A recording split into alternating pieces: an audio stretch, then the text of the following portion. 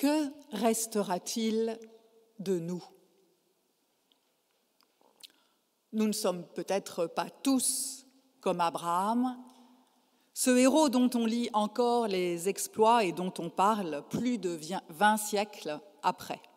Et quand je dis plus de 20, c'est pour arrondir et pour ne pas rentrer dans les discussions de savoir si c'est 25, 27, 28, enfin bref. Nous n'allons peut-être pas tous engendrer un peuple comme Abraham, le patriarche à l'origine du peuple de Dieu. Alors, je vous le demande, que restera-t-il de nous ? Abraham est très vieux, vraisemblablement proche de la mort. Sarah, son épouse, qui était plus jeune, vient de mourir. C'était juste dans le passage d'avant. Et là, Abraham se préoccupe de sa descendance. À ce stade du récit, Abraham a 2 fils. D'abord Ismaël, qu'il a eu avec Agar, et puis Isaac avec Sarah. Par la suite, il aura une autre femme, Kétoura, qui lui donnera encore 6 fils. Mais notre programme aujourd'hui, c'est de nous intéresser à Isaac. Abraham s'inquiète donc de trouver une femme pour Isaac. En fait, il ne s'inquiète pas du tout de la vie d'Isaac, de son bien-être. Non, Abraham s'inquiète d'avoir une descendance. Avoir une descendance, c'est essentiel dans le Proche-Orient ancien. La notion d'individu n'est pas du tout aussi développée que ce qu'elle est dans notre société. Le fait d'être heureux, de réussir sa propre vie, n'est pas au premier plan, c'est le moins que l'on puisse dire. Par contre, celle qui est au premier plan, c'est de s'inscrire dans une lignée.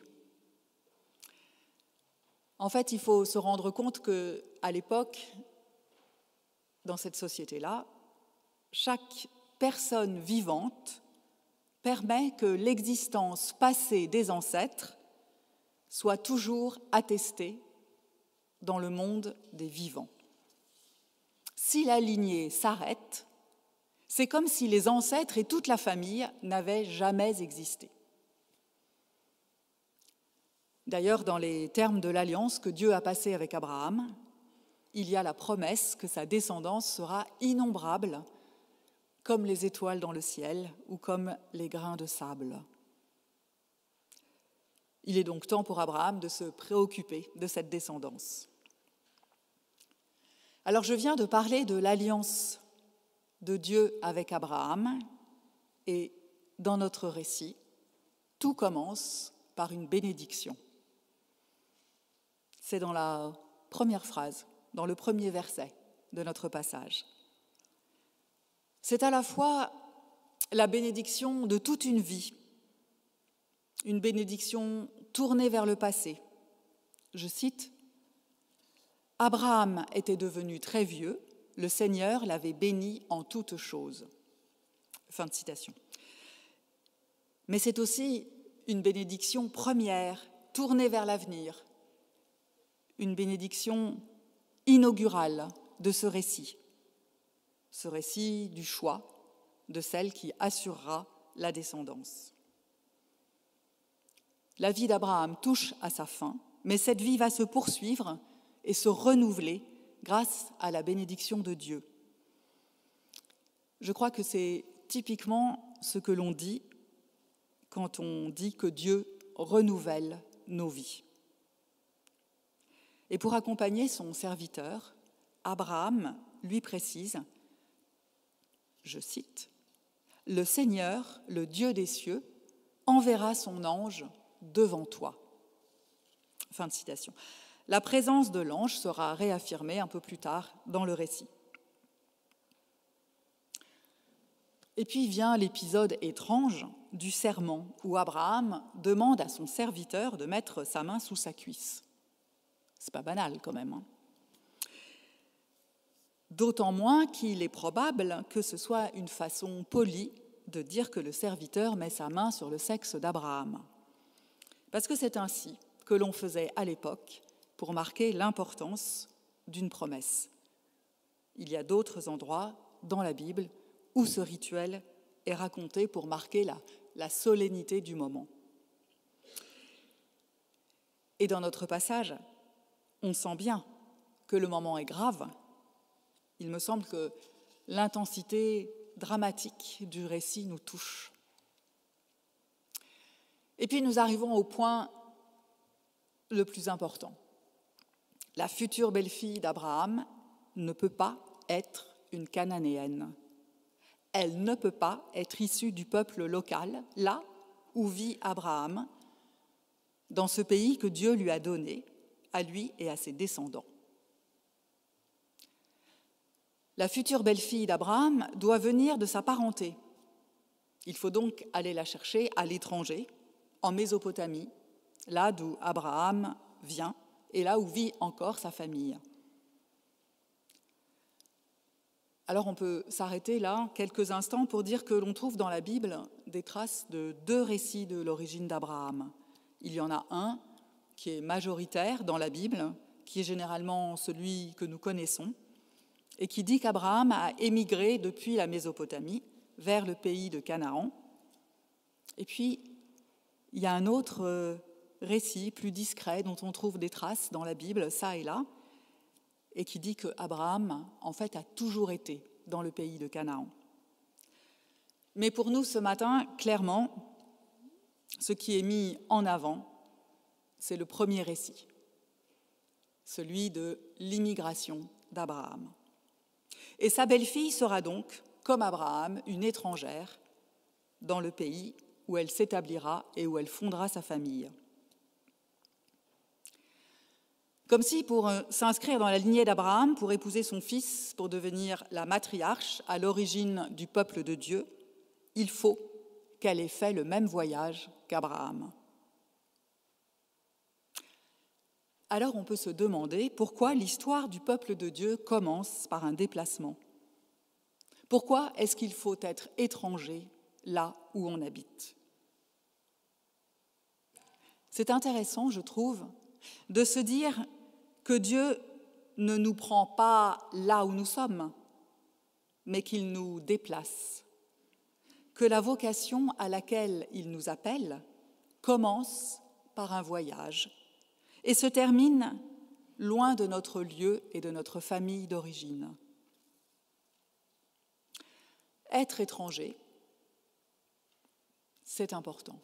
Et on peut le mettre en lien avec ce que Dieu répète à plusieurs reprises dans la Bible. Il dit « Tu ne seras pas propriétaire du pays que je te donne, tu seras toujours un immigré longue durée. C'est moi, Dieu, qui reste propriétaire. » En quelque sorte, on habite chez Dieu. Et finalement, ça nous met toujours dans une situation de relative insécurité, puisqu'on n'est pas chez nous. Et cela nous rappelle, je crois, l'étymologie du mot hébreu, en hébreu, qui est lié à une racine qui veut dire traverser. Le peuple, en tout cas étymologiquement, le peuple, ce sont des gens, le peuple de Dieu, ce sont des gens en mouvement qui traversent, qui se déplacent. À quel moment, dans nos vies, nous sommes-nous trouvés déplacés par la parole de Dieu ?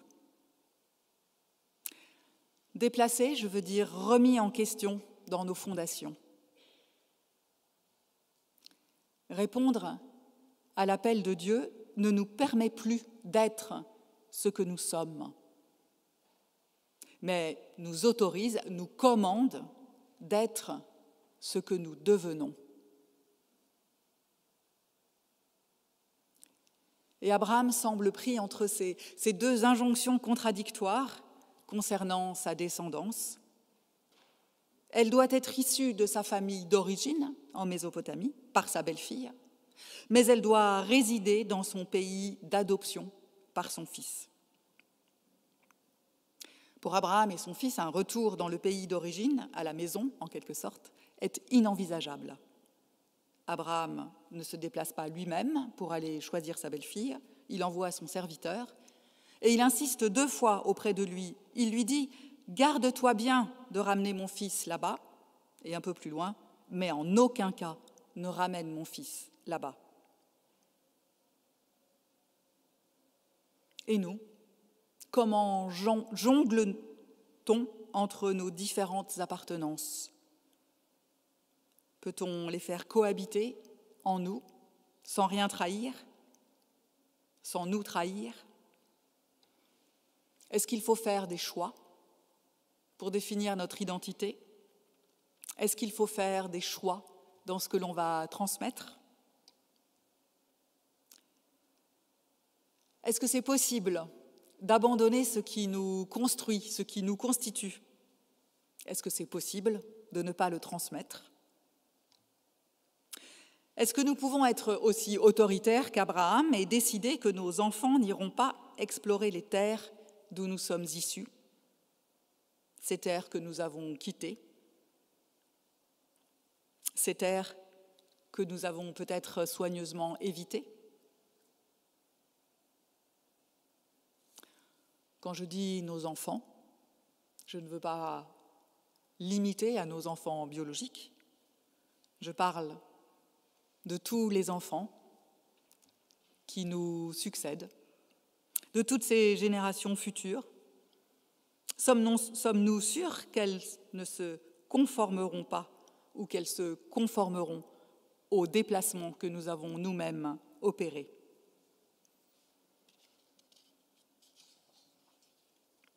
Abraham a l'air d'en être très sûr, mais moi je ne crois pas que nous puissions pour nous-mêmes en être aussi sûrs. C'est vraiment une question que ce texte nous renvoie. Et est-ce que nous sommes prêts à prendre le risque que ce que nous transmettons soit transformé, je dirais renouvelé?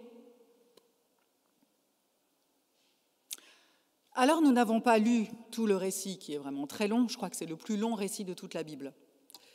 Mais je vais vous lire la fin, et entre les deux, je vous fais un petit résumé de la partie intermédiaire. Le serviteur d'Abraham part donc avec 10 chameaux pour la ville de Mésopotamie, dont était originaire Abraham, et où vit encore son frère Nahor. Le serviteur s'installe avec ses chameaux à la sortie de la ville, près du puits où les jeunes filles viennent chercher de l'eau. Et là, il rencontre Rebecca, qui est venue puiser de l'eau. Le serviteur est ébloui par la sollicitude de la jeune fille, qui puise de l'eau pour lui donner à boire, ainsi que pour donner à boire à tous les chameaux. Et cela convainc le serviteur que c'est elle que Dieu a destinée à être la femme d'Isaac. Le père de Rebecca est vite convaincu, son frère aussi, et voilà l'affaire conclue. Et je vous lis, toujours au chapitre 24, les versets 61 à 67. Rebecca et ses servantes se levèrent et montèrent sur les chameaux pour suivre le serviteur, et ils s'en allèrent ensemble.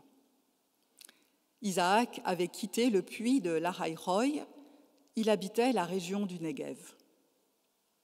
Un soir, qu'il était sorti se promener dans la campagne, il leva les yeux et vit arriver des chameaux. Quand Rebecca aperçut Isaac, elle sauta à bas du chameau et demanda au serviteur « Qui est cet homme qui vient à notre rencontre dans la campagne ?» « C'est mon maître, » répondit le serviteur. Aussitôt, elle se couvrit le visage de son voile. Le serviteur raconta à Isaac tout ce qu'il avait fait. Ensuite, Isaac emmena Rebecca dans la tente où avait vécu sa mère, Sarah, et elle devint sa femme. Il l'aima et fut consolé ainsi de sa mère.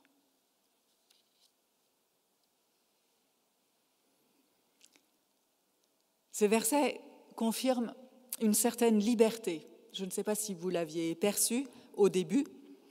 Dans la première partie, le serviteur est délivré de sa promesse par Abraham si la femme ne veut pas le suivre.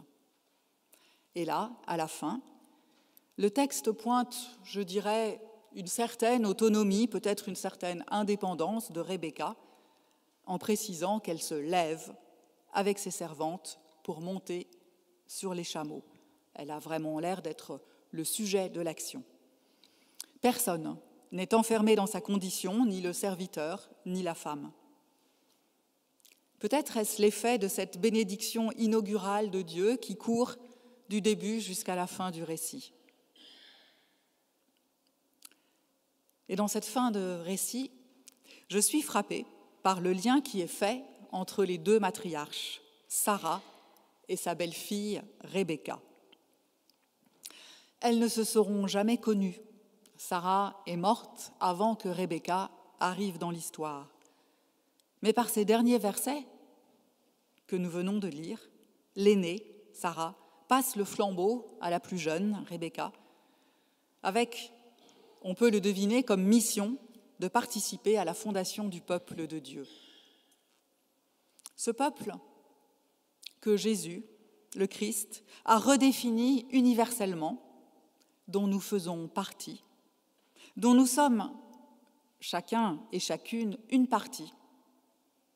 Certes, une petite partie, mais une partie agissante. Et on retrouve dans ce récit de l'Ancien Testament un certain nombre de principes, de valeurs qui seront incarnés par Jésus, qui seront particulièrement présents dans son discours et dans ses actes. Il y a Jésus, le grand voyageur, qui se déplace sans cesse, qui traverse les frontières pour prêcher en dehors de son pays, en dehors de son peuple et de son Dieu. Il joint, si je puis dire, le pas à la parole pour entraîner les foules à sa suite vers une nouvelle vie, vers une vie renouvelée. Jésus, il sort aussi des frontières imposées par la société. Il fréquente des personnes infréquentables, il se rebelle contre les lois ancestrales. Et il est aussi celui qui laissera sa liberté de choix et d'action à chacun. Par exemple, au jeune homme riche, et même à Judas, le traître, qui l'invite à sa table, alors même qu'il sait que Judas va le conduire à la mort sous peu. Témoin de l'alliance de Dieu avec chacun et chacune de nous, la bénédiction première et originelle de Dieu nous accompagne. Et peut-être sommes-nous aussi accompagnés dans nos vies par un ange de Dieu. Cette bénédiction première de Dieu qui nous concerne tous, elle dessine comme un chemin pour nous, loin de nos ancrages. Elle les délégitime même pour justifier une autre identité, construite en Dieu et validée en Christ. Amen.